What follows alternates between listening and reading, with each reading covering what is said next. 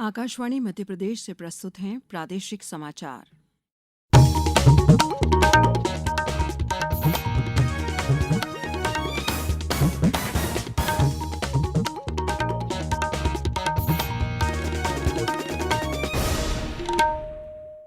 नमस्कार, समाचारों के साथ मैं शेख महजबीन अल्मास। प्रधानमंत्री नरेंद्र मोदी ने लोगों से वोकल फॉर लोकल के मंत्र को स्मरण रखते हुए आगामी त्योहारों के मौसम को स्वदेशी उत्पादों के साथ मनाने की अपील की है।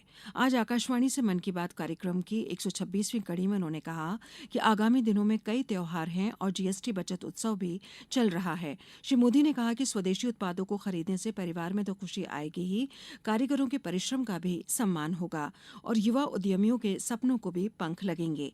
श्री मोदी ने कहा, आने वाले दिनों में एक के बाद एक त्योहार और खुशियां आने वाली है। हर पर्व पर हम खरीदारी भी खूब करते हैं और इस बार तो जीएसटी बचत उत्सव भी चल रहा है। अगर हम ठान लें कि इस बार त्योहार सिर्फ स्वदेशी चीजों से ही मनाएंगे तो देखिएगा हमारे उत्सव की रौनक कई गुना बढ़ जाएगी।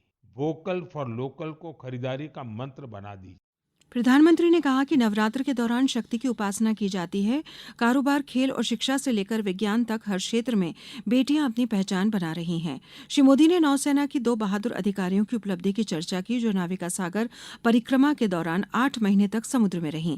प्रधानमंत्री ने कहा कि अब छठ पूजा एक वैश्विक उत्सव में बदल रही है। प्रधानमंत्री ने कहा, छठ न सिर्फ देश के अलग अलग हिस्सों में मनाई जाती है बल्कि दुनिया भर में इसकी छटा देखने को मिलती है। आज यह एक ग्लोबल फेस्टिवल बन रहा है। साथियों, मुझे आपको ये बताते हुए बहुत खुशी है कि भारत सरकार भी छठ पूजा को लेकर एक बड़े प्रयास में जुटी है। भारत सरकार छठ महापर्व को यूनेस्को की इंटेंजिबल कल्चरल हेरिटेज लिस्ट यानी यूनेस्को की सांस्कृतिक धरोहर की सूची में शामिल कराने का प्रयास कर रही है।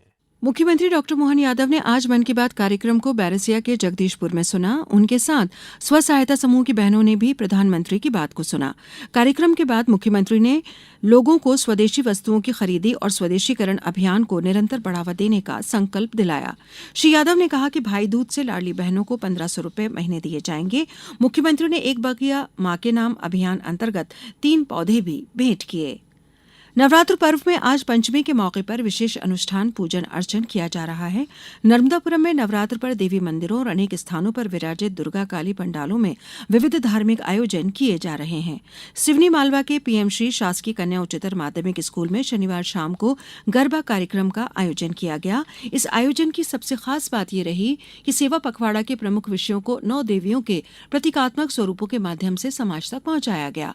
उधर जबलपुर के केके सराफा नुनहाई क्षेत्र में स्थापित नगर जेठानी माता के दर्शन के लिए भक्त उमड़ रहे हैं। यहां मां की प्रतिमा केवल आस्था का केंद्र नहीं बल्कि 157 साल से चली आ रही एक समृद्ध सांस्कृतिक विरासत की प्रतीक है।